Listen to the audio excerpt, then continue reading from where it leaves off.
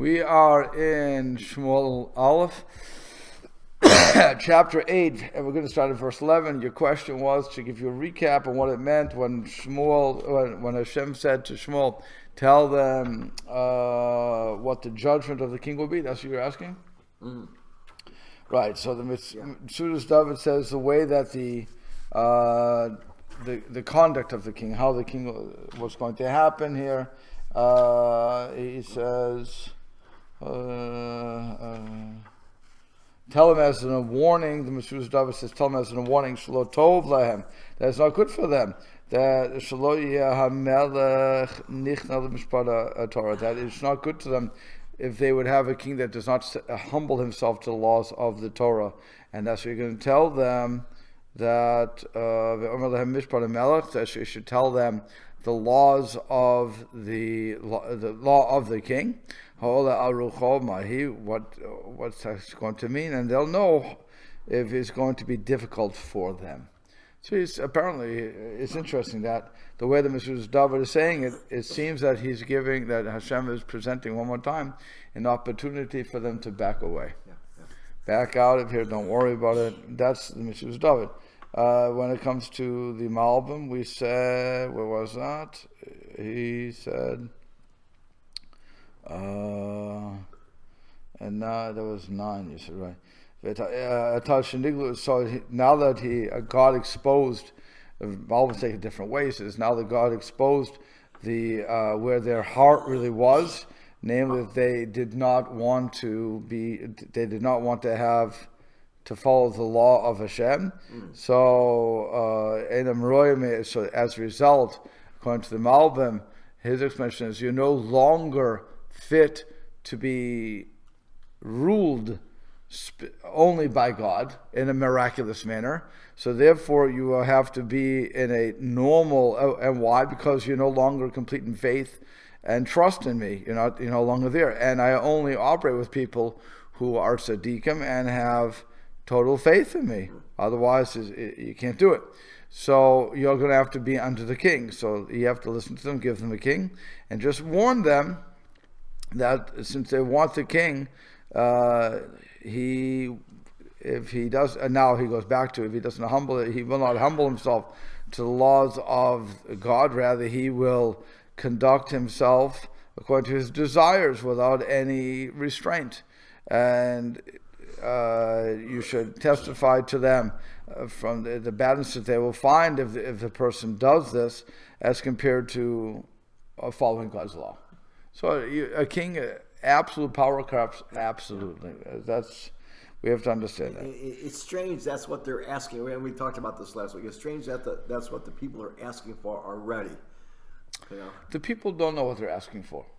Okay, so again, people in general, I'm speaking in general terms here, but people in general do not think of the ramifications of what they ask. We ask, one second, okay? We ask, lower our taxes. Everybody asks, lower my taxes, lower my taxes, lower my taxes. But nobody wants to say, okay, if I lower the taxes, if I lower the tax base, then who's going to pay for the program? It's most amazing. We all say cut taxes, but then we all say, but we want our social programs. You can't have it both ways. But people don't think that way. People are only invested in themselves. So if I'm here back in this time period, so I don't want to go to the armed forces. I don't want my sons to have to go. I have land to farm. Right? That's what you said? I have land to farm. And I don't want to have to go out just because somebody wants to make a fight. I want to live in peace. I don't care who's running it. It may be the Philistines who aren't really bothering me. They're just taxing me, or the other guys. If it's going to be a Jewish king, he'll tax me too. So what do I care who's going to tax me? So it's a very selfish type of thing to say I want a king. And I don't want to live in a miraculous manner, because if I live in a miraculous manner, it means I have to follow all the laws. Now I have to take personal responsibility. When it doesn't rain in the proper time, it's because of my sin. Right? It's no longer a matter of global warming, global cooling, global this, global that, whatever it's going to be. It's a matter of I didn't do the mitzvah. Or not only me, but you didn't do the mitzvah. And I didn't say something to you. So now I'm held responsible. That's not fair. I'm trying to live my life. And you'd live your life. You leave me alone. So I mean, that's why they would say, give us a king, because they want to go back to nature. So that we just worry about the weathermen say it's going to rain, it's going to rain. Okay, who cares? It's not a matter of my sins. Yeah. By the way, they were wrong with that anyway. The concept was wrong. I may have missed some context to who he's talking to, but the class. Who's whom? To who Shmuel is talking to. The people. The people. Well, God is telling Shmuel what to say to the people. Not the Zaken of Israel, not the. No, he's talking to everybody. Okay. The Zakanim, again, according to the Malbim, were righteous. Right. It was the people who wanted to be like everybody else. Remember, the Zakanim are the ones who are learning Torah. They're running the Sanhedrin. So they're connected to God. It's the people that are not connected to God or want to run away from that. Yeah. Yeah. Okay. No. Now I know. I know this context. The king came to Shmuel and said, "You're getting old. We don't not like you. We honor you completely, but your sons aren't doing what you were doing. Right. We need a ruler. We need to have Correct. a king. And the only thing on that was we need to have a king like the other nations." Well, the question is, who said like the other nations? Right. Okay. Is that the Zakan? Because the Zakanim were The what? the elders were. Right. Is the question, were they representing the people, or were they just themselves? The question is also if they said it, if they said we want somebody a king, and the people added to rule over us. People were with them. Yeah, well, they could have been, or the king could have come after them. Oh. So that's the question. The Malbim puts as two separate requests. In the same sentence. Yeah. Which again wouldn't be strange, because it could be like give me an example. If you go back to Shemos, where the Jews were at the Yam Suf, right? So it says the people prayed to Hashem and they cried to Moshe, "Why have you done this to us? Why have you brought us to this place?" So the Ramban says there were two different groups there. One was the ones who were praying to God. One was one yelling at Moshe. So in the same verse, you can have the headline is the headline, but really, what's behind the headline? Jews call for a king to judge. Well, who did what, right? So the headline is a headline. Now you have to go behind the headlines. So that's why the Malbim says it doesn't make sense. You have a right. The Ziknei Yisrael wouldn't say to judge us like everybody else, because they don't want that. They're recognizing they need a new leader, but they don't want to leave God's divine presence in that manner. Okay, that's everybody's caught up. Okay, so let's go. Yud Aleph. Vayomer, and he said, "Zeh ahiyeh mishpat hamelech." This is the law of the king. Asher yimloch aleichem, that will rule over you. Epenechem yikach. He will take your sons. Now, it could mean he is able to take your son. This is, of course, it's not in grammar. It's not a yikach is he will take. Yeah. But if you remember when we were learning in the grammar, it could be he will take, he may take, he will be able to take. But you have to put in the right words here. He might take, right? So it's not he will take your sons, because if he's going to take all of your sons, what have you accomplished? Right? You have 3 million people. He's going to take your sons, all of them. Well, I need somebody to run my farm. It didn't work. Okay, so that's not what I want. So what he's not saying that. He's saying he has the ability as a king to enlist your sons. This is what we call a draft. Yeah. He can draft your children. So don't think, by the way, that you're safe. Don't think that since we have a king who's going to have a standing army, that you will not be part of that standing army. He may very well take your children. And that will be his power to draft your children. Okay? V'sam lo b'merkavto frashav, and he will have his chariots and his horsemen, v'ratzu lifnei merkavto, and they will run before his chariot. He will have I guess they call that a front guard. They'll have people running in front of him. Like if you think about the president of the United States, so he has what's it called, the Secret Service. and they run in front of his car. They run in front of his car. When they're going slow, they'll be his. You want to call it an honor guard sometimes, but that's what he's saying. Okay, so Malbim says in this Vayomer. So I'm sorry. It's Vayomer Alpi Avialpi Zeh Amar Lehem. So via this, he said to them Kitachat Shechoshvim Shehu Yikva Lehem Nimusim Tovim. So since you thought and you're thinking he is going to be fixed for him, it's going to be maintained that he's going to have good manners, if you will, and laws that they will be able to live with them. It's going to be just the opposite. This is going to be his judgment for the bad. Devarim, and he shows 7 ways in which it won't exactly work out for what you wanted. Number 1, the first thing is he will be able to take your children. First, he's going to take them for simple work, just to run before him as an honor guard. That's going to be the simple thing. He'll take your children. Then he's going to next verse, Velasum lo sare alafim. Then he will put for him officers of thousands, Vesare chamishim, and officers of 50s, V'charosh charisho v'liksor kitziro, and they will plow his plowing, and they will reap his reaping. V'la'asov kli behemto, and they will take care of his the vessels of his work, and Klei Richbo, and vessels of his war, or his war vessels. They're going to make his war vessels, whatever that means. How does he translate that? He will implements. There you go. Implements of battle, make his weapons. So that's what they say. What is it? War vessels sound like war boats. Okay, whatever. And then equipment for his chariots. So he says, "V'lasum min haratzim," from those who run before him, yivcha miksatam. He's going to now choose from them.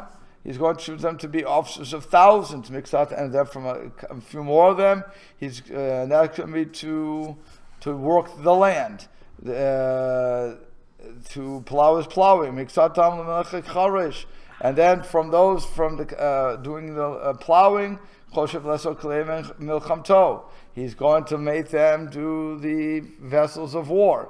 The often says, "Sharim yu techila ratzin kesusim lifnei kreva," in the manner that the officers in the beginning would run before, like the horses before the wagons.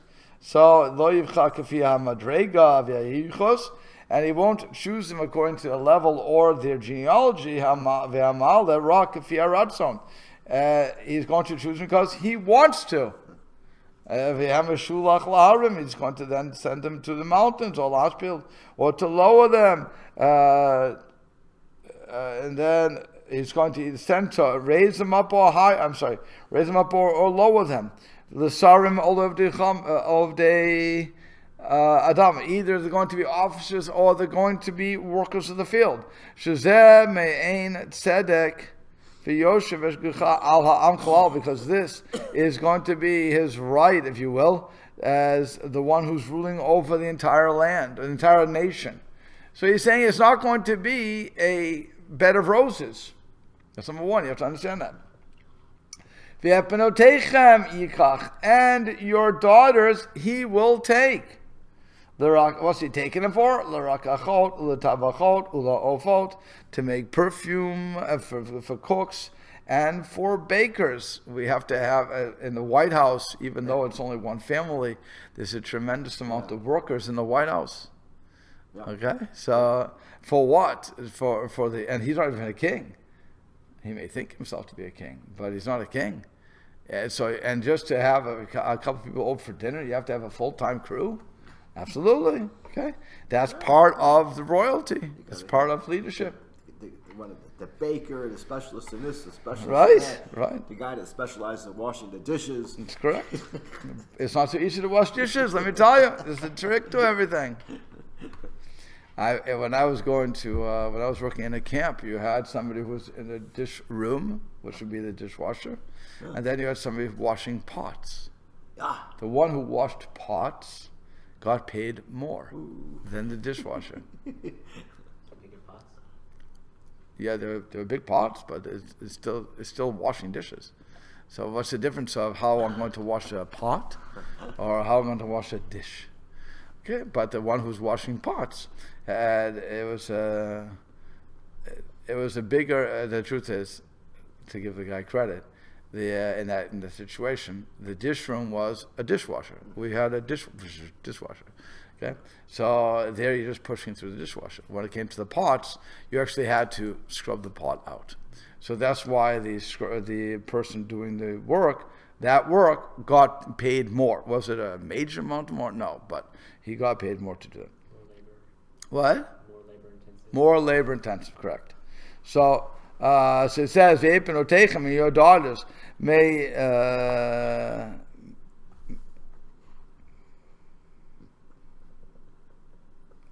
So he says he's not giving them to put them in leadership positions.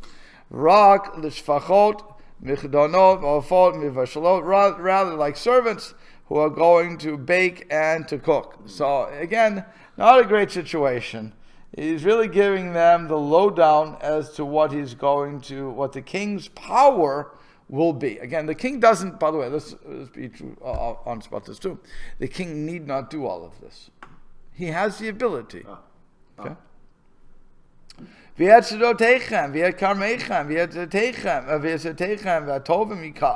So also your fields and your vineyards and your good olive, whatever you call them, olive trees, he will take. And he will give it to his servants again. And so here we go. So his fields and the vineyards he will give to his servants, to make them rich. Because they're close to him. So I'm going to those who are close to me, I'm going to enrich. Fine. And also the meiser, the tithes from the planting, he will give to them. Because again, there will be many fields that he's going to have. So here is telling more. You think you have land. Think about what you're giving up, by the way. I mean, think about what this announcement is making. You wanted an earthly king. You want a government. I mean, that's what it is. You want a government. Instead of governing yourselves and coming together when we all need it, since we're all family. Okay, we're all the same family. We just grew up. We got bigger. We expanded. We had our family fights. We did whatever we want. But God gave us this wonderful piece of land that we call Israel. And it's about the size of the state, smaller than the state of Rhode Island, for crying out loud. Okay, so it's... What? What's that? I don't know. Right. Okay, so all you have to do is go to Rhode Island. It takes you less than 45 minutes to drive through the entire state from tip to top. Okay? It's about all it is. I think that's all it is. I remember when I went on the highway, it's about 45 minutes across the thing. Whatever. All right, let's say an hour. Nonetheless, you have that, and then you have the width. Fine. You had all that, and all you had to do was, if somebody attacks your borders, call your friend, say, hey, we have to defend our border, put a wall around the border and make them pay for it. You can do whatever you want. I don't care. Like that one, okay. make the enemy pay for it. Do what you want, but protect your land. But don't ask for somebody else, because right now you own what you own. And here, once you have the government coming in, so the government has the right, think about this, has the right to take your land, right now, it's called eminent domain, if they want to put a road through it. Yeah. Or for whatever reasons they have. The government can take your land. They may pay you for it very nicely, but they don't have to. In reality, it's called eminent domain. I can take it as a government. Am I correct that they don't have to pay? I think they have to pay Fair market. Fair market value? Okay. So I'll give you that. Fair, but you have no choice. Well, now you have no choice. Here's your money. Here's what fair market value is. By the way, what does fair market value mean? That's another question. Yeah. That's another question. But I could have got it. Who determines fair market value? Okay, well, I was when I sold my aunt's house. So I want to say that was a capital loss. The guy said, "How can it be a capital loss? You wouldn't have sold it for a loss." You got that? That's the logic. In other words, I inherited it. So what happens? I sold it. So they said, so since you sold it, whatever you sold it for, obviously it was a price that you wanted because you wouldn't have sold it something you didn't want. You want to get rid of it. Market value is that price. Leave me alone. It's not what we could get on the open market. You can wait. If it get $500,000, there's a house around the corner that is every year they put the house up for sale. He wants $500,000. He will sit on that house for another 50 years because it's not fair market value. Fair market value is whatever the market is willing to pay. So now the government comes in and says, my house is fair market value of blank. And here's your money. It's all gesund. I have no choice. Take the money and run. Right? That's because I have a government. I have a government who's telling me what I have to do and what I can't. If I don't pay my taxes, if I don't do this, I don't do that, they can take the house away. Right? That's really what, so when if I don't want a government, so now I have to fend for myself. I have to do everything the government would do. Okay? Get my trash, do all these other things, make sure I get water. I have to make the pipes to get water from the river. I mean, think about what we pay the government to do. We're paying to get all of these things done so that we can just turn on the faucet. Voila, the water's here. I put my garbage by the what do you call it? The curb. Voila, it's gone the next day. Oh, that's tremendous. I didn't have to go down to the dump, which, by the way, is again run by the government, right? Because who wants to own a dump? Yeah. Who wants to own a dump? It's garbage. They get rid of the garbage heap. Right, they have to now bury the stuff. It's not like it's not like a car dump. There already you can make money from, right? Where the car graveyards. So there you can make money from. Somebody comes, I go down, I need a part. I go down with my own tools. That's what they advertise with your own tools. You have to do the work. You pull it out, and you take the garbage. If somebody junked the car, you take that to the front desk and say, how much can I pay you for the honor? And the guy tells me whatever it is, and you pay them gladly. Okay, that's a moneymaker. That's a moneymaker. But the dump is not a moneymaker. The dump is nothing there. It's all garbage. Okay? If you, what's it called, not pay them, but if you give a price, like you can only dump in this dump and pay this much money. But for city dumps. Okay. What I'm saying is the city. The point is nobody really wants to. Even if I would let you you have land, right? So you say, okay, bring all your garbage here, pay me the money. You still have to do something with this stuff. There has to be some logic on that part. It's not logical to want to have somebody else's garbage which you can't do anything with. Again, it's not a car where I can crush it down, get money for metal and so on and so forth. Okay, it's all recyclable. This stuff is not recyclable. But that's what I'm saying. The government is, with all that we want to pick on the government, it does a lot of good that we don't have to do anymore. We're paying for that. And again, because we're paying for it, they have rights. Quote unquote rights. They have whatever you want to call that. So the king also has that. Or I should say the government has because the king had it. Instead of going the other way around. Okay, so then it says further. Zar Echem, V'char Mechem, Yasor. So he says in 15 that he will tithe your seeds and your vineyards. Excuse me. V'natan l'srisav lavadav. And again, he will give that to his sarisim, is officers of some sort. How they say it? Officers, right? Officers and to his servants. So he says, Malbim says, he doesn't comment on that one. Yeah. The officers, the government officials below the king. Yeah. Okay. And so are his servants. But they're not like military or like household Sarisav servants. is to serve him. His administrators. That's how the Metzudas Zion says it.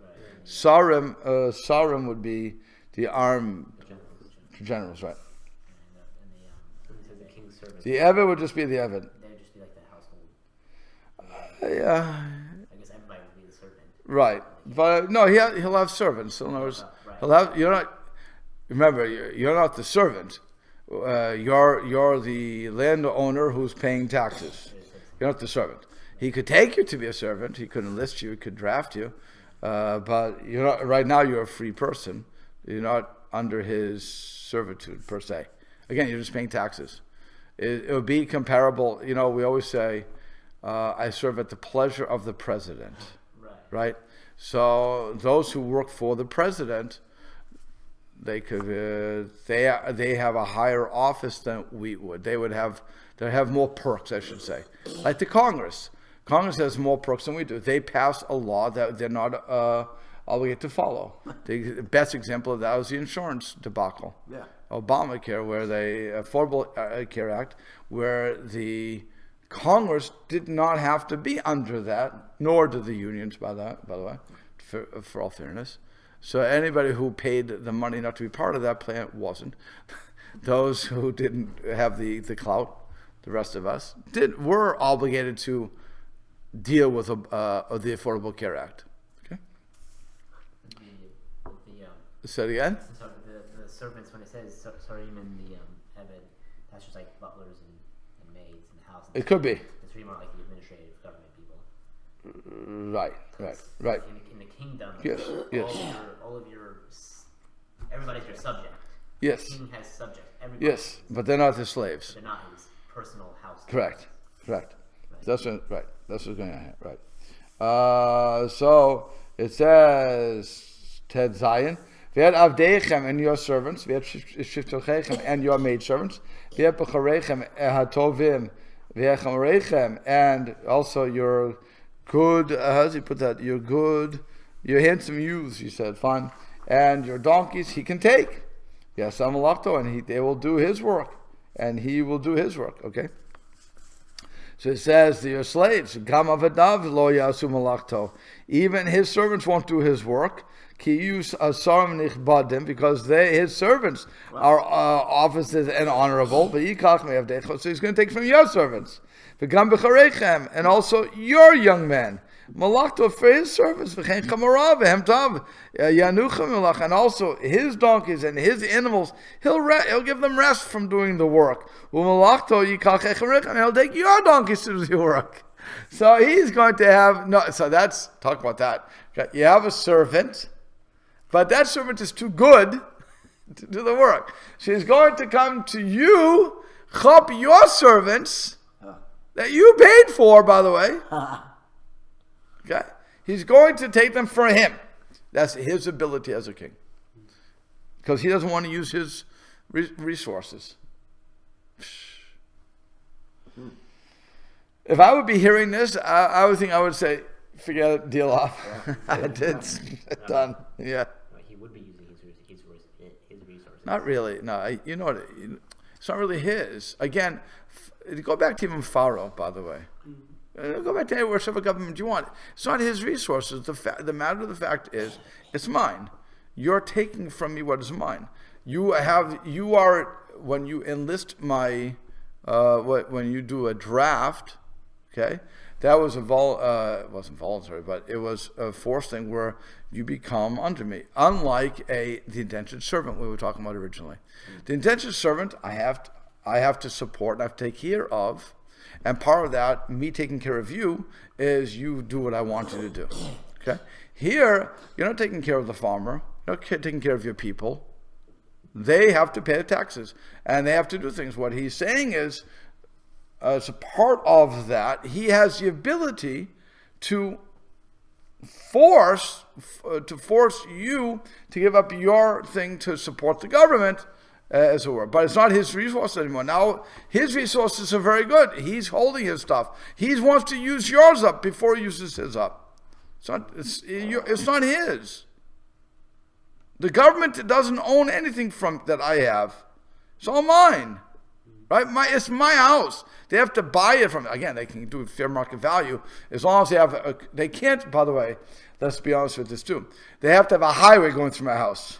It can't be because somebody wants to build a bigger house, they can take mine away. You can't do that. I own it.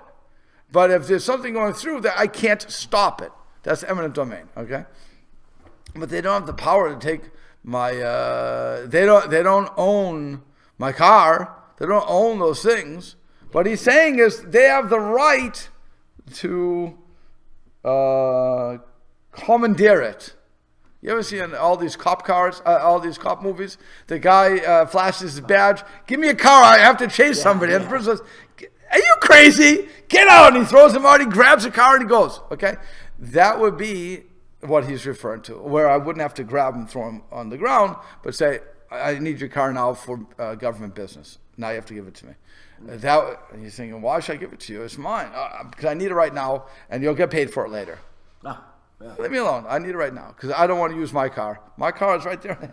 It's parked. It's beautiful. You see it? Nice, shiny. I don't want to use my car. I want to use yours. Okay, it's not yours though. I mean, it wasn't the king's. You understand?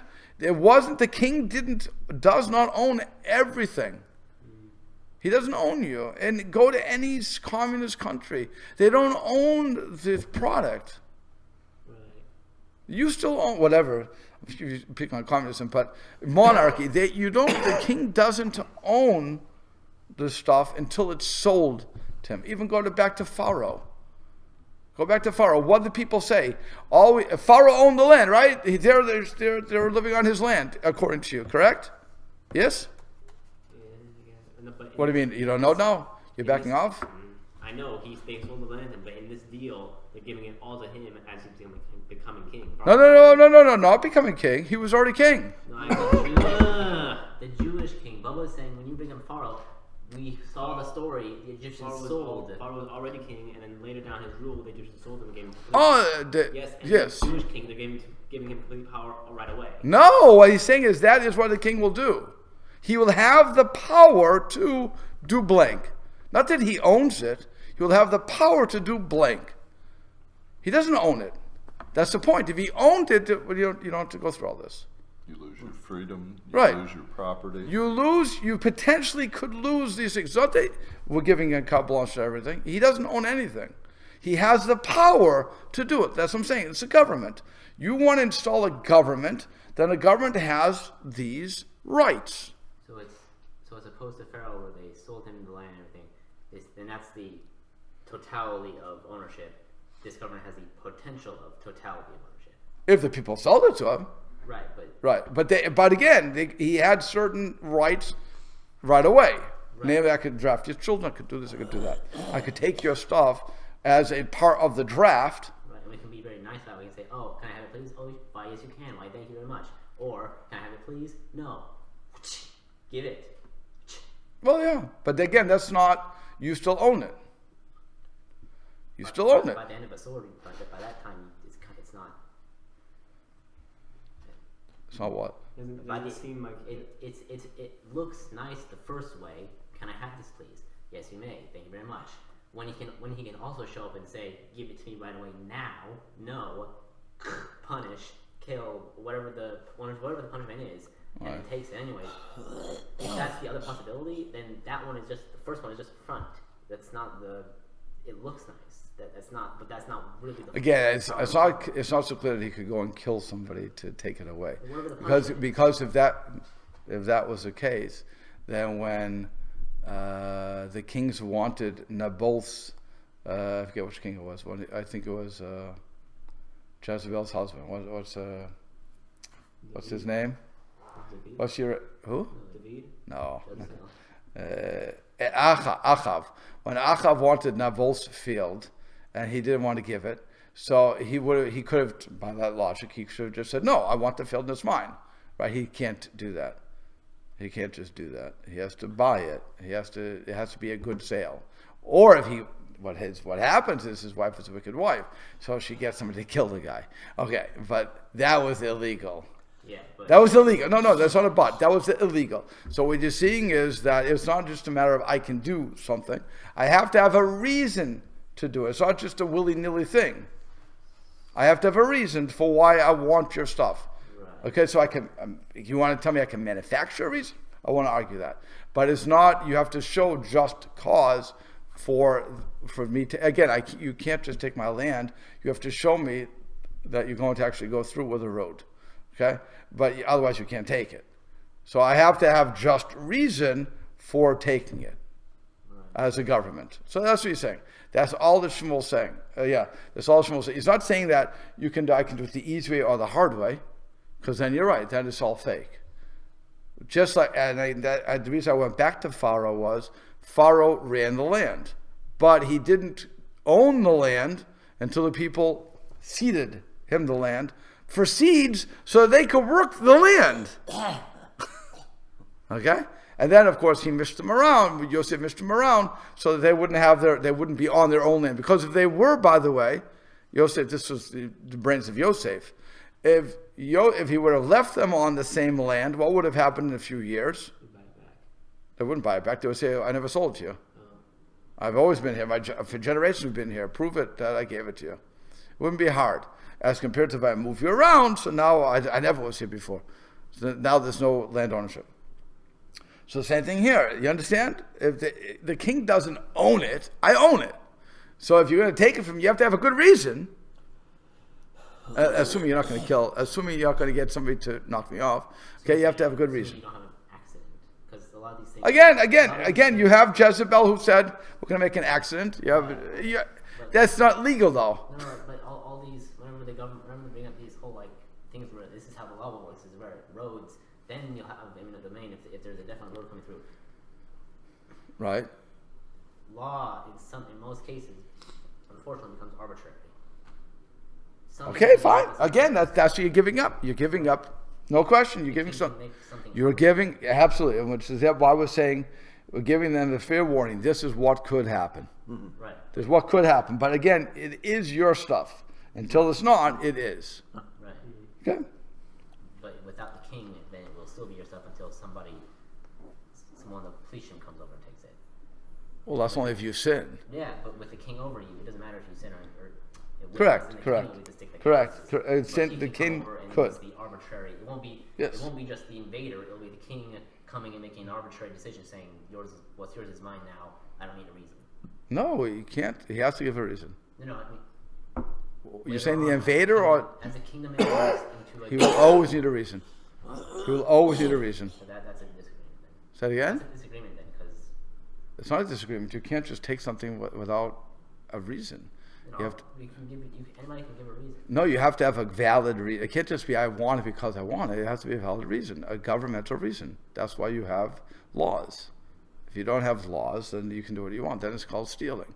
The point I'm making to you is they had to have reasons, valid reasons. That's all I'm saying to you. It was not a system of I just wanted that because I want it. So it became a system like that until Yezebel. And it didn't. It never became a system like that. We never see it becoming a system like that. Jezebel. She did something illegal. Right. And the Torah is telling us, tells us she did illegal. But that's something else. That's illegal. You can have the rules, but the implementations can be separate. No. Again, it was illegal, and it was viewed illegally, and that was it.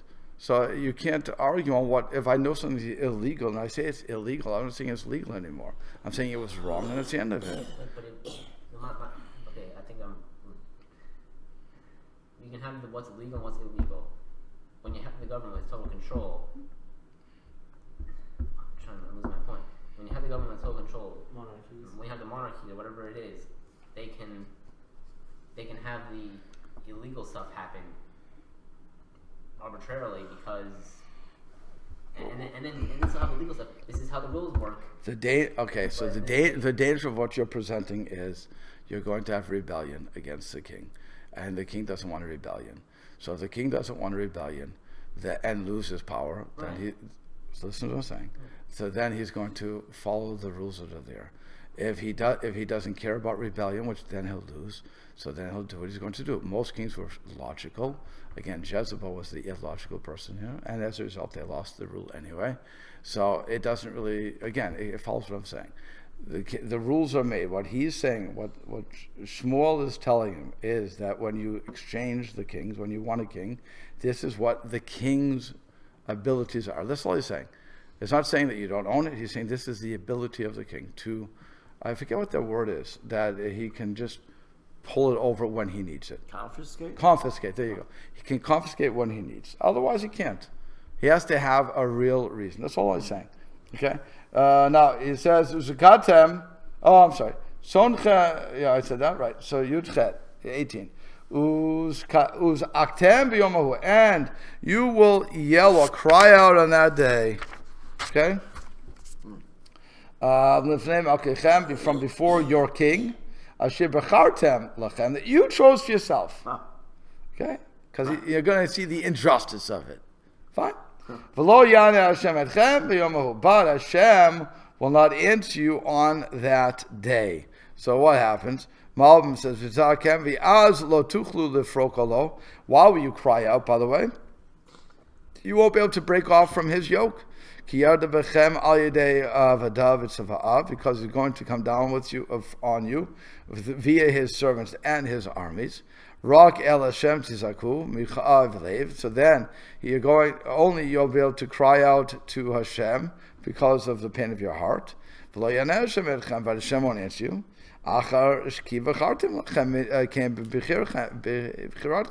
Because you chose this with your own free will.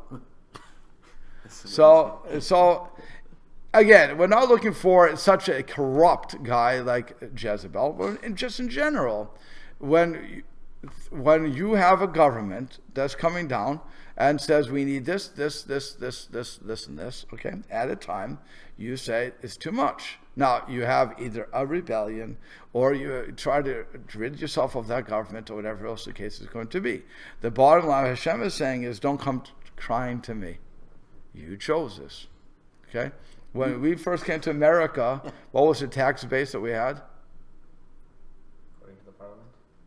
No, according to the American tax base. Well, according to the parliament, what do we have? What was the tax? How much percentage? Don't know. 2%. We rebelled against England for 2%. Okay? What's our tax base now? 7%? How much? 7%? No, please. I'm talking about total tax. You're talking about 60 to 70% of our monies go to taxes. And we don't rebel. Some people do rebel, but for the most part, you don't rebel. Okay, so talk about being ripped off. But that's what he's saying. You're going to cry. Now, some people yell and cry, we should lower taxes, blah, blah, blah, blah, blah, blah.